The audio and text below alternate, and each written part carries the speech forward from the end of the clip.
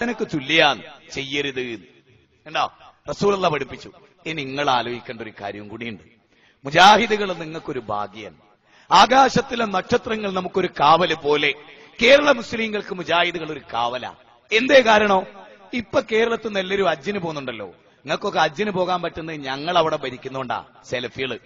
നേരെ മറിച്ച് ഇവരാണെങ്കിലോ ഈ സമസ്തയെപ്പെട്ടോലെങ്ങാനും എന്റെ പ്രിയപ്പെട്ടവരെ ഹറമിന്റെ എങ്ങാൻ ഭരണ ഏൽപ്പിച്ചുള്ള സ്ഥിതി എന്തറിയുന്നത് ഭയങ്കര ഇരിക്കട്ടോ.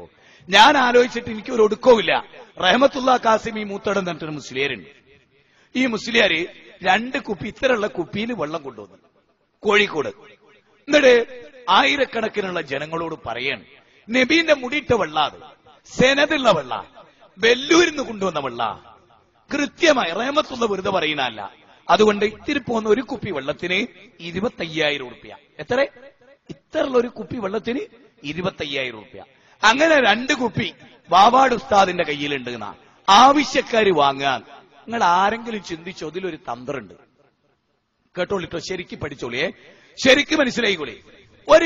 ഞാന് നബീനെ പറ്റി നിങ്ങൾക്ക് പറഞ്ഞു തരാം. നിങ്ങളെക്കാൾ കൂടുതൽ നബീനോട് ഇഷ്ടം ഉണ്ടാണ്ടായിരിക്കാ പറഞ്ഞിരുന്ന എനിക്കല്ലേ? അല്ലേ? ഞാനിപ്പോ തഹജ്ജുദ് നിസ്കരിക്കണ, നബി തഹജ്ജുദ് നിസ്കരിച്ച് നിങ്ങളോട് പറഞ്ഞാ ഞാനല്ലേ ആദ്യം തഹജ്ജുദ് നിസ്കരിക്കണ്ടേ? നബീന്റെ മുടിയിട്ട വെള്ളത്തിന് പോരിശയും ബർക്കത്തുണ്ട്. ആ വെള്ളം വാങ്ങേണ്ടത് ഞാനല്ലേ? അല്ലേ? എന്താ റഹ്മത്തുള്ള കാസിമി ആ വെള്ളം വാങ്ങാത്തത്? എന്താ വാവാട് മുസ്ലിയാരെ വാങ്ങാത്തത്? റഹ്മത്തുള്ള കാസിമിക്ക് അറിയാം, നിലമ്പൂരിന്ന് വരുമ്പോ അവിടുത്തെ പുഴയെന്ന് മുക്കിയ പച്ചള്ള. അതെങ്ങനെ 25,000 കൊടുക്കുക? വെറുതെ ഒഴുകിപ്പോന്ന പുഴയെന്ന് മുക്കിയ വെള്ള. അത് മുടിയിട്ട വെള്ളമല്ല എന്ന് റഹ്മത്തുള്ള കാസിമിക്ക് അറിയാം. നിങ്ങൾ കേൾക്കണോ? ആ വെള്ളം എന്റെ കൈ കിട്ടിയെന്ന് വിചാരിക്കുക. ഏത് ഒറിജിനലായിട്ട് നബീന്റെ മുടിയിട്ടൂന്ന് ഉറപ്പുള്ള വെള്ളം ഞാൻ എന്റെ 2 കിഡ്നിയും വിറ്റിട്ട് ആ വെള്ളം വാങ്ങും. കാസിമി വാങ്ങൂല, സുന്നികള് വാങ്ങൂല. കാരണം ഓർക്ക് വിറ്റ് എങ്ങനെയുണ്ട് പിട്ടടിക്കാന്നേ നോക്കൂ. ഇവർക്ക് നബീന്റെ മുടിയിട്ട വെള്ളം കിട്ടി. നബീന്റെ മുടി കിട്ടിയ വല്ല അവസ്ഥ എന്താ? നിങ്ങൾ അതുകൂടി ചിന്തിക്കണോ? മുടിയിട്ട വെള്ളം അപ്പൊ കിട്ടിയേ. നബീന്റെ ഒരു പിടി മുടി കിട്ടിയ കാന്തപുരം എന്താകുകയും മുടി ചൂടാമന്നനാകുകയായിരുന്നു. കോടീശ്വരൻ, കോടികളുടെ. ഇപ്പൊ തന്നെ എത്ര ആസ്തി ഉണ്ട് മൂപ്പരിക്കാൻ ഓർമ്മല്ല. പാവങ്ങളെ ചൂഷണം ചെയ്ത് തിന്നതാ അത്, ക്ഷമിക്കണം. അവൻ നബീന്റെ ഇനി ഇതുമൊക്കെ വെറും പച്ചുള്ള 25,000 വിറ്റ് റഹ്മത്തുള്ള കാസിമിനെ സംസം കിണറിന്റെ ഉത്തരവാദിത്തം ഏൽപ്പിച്ചു. നിങ്ങൾ സങ്കല്പിച്ചു നോക്കി എന്തായിരിക്കും സ്ഥിതി? ഇപ്പം മുജാഹിദുകളാണല്ലോണ്ട് നിങ്ങളും രക്ഷപ്പെട്ട് നിങ്ങൾക്ക് ഫ്രീ ആയിട്ട് സംസം വെള്ളം കിട്ടൂ.